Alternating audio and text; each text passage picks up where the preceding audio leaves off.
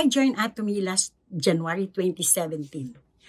From the day I joined this company, I had one belief, and this was how good the products are, especially Himone. It makes me energetic and stronger. They work for me, and they work for my friends and family.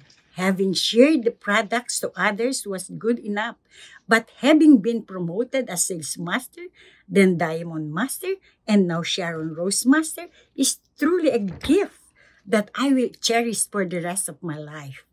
I am very happy and truly honored, and I will feel so blessed that God allowed me to experience this honor and importance in a company that is well respected and well loved by millions of people around the world, the Atomy. I want to express my love and gratitude to my family, friends for simply believing in me and in the company. I will double my efforts in sharing the value of Atomy products and will continue to inspire and lead my group by showing good examples and continued humility. I will now be in the hands of God if I will be promoted to higher rank in the future. I will remain humble and will be ready to accept the challenges ahead of me.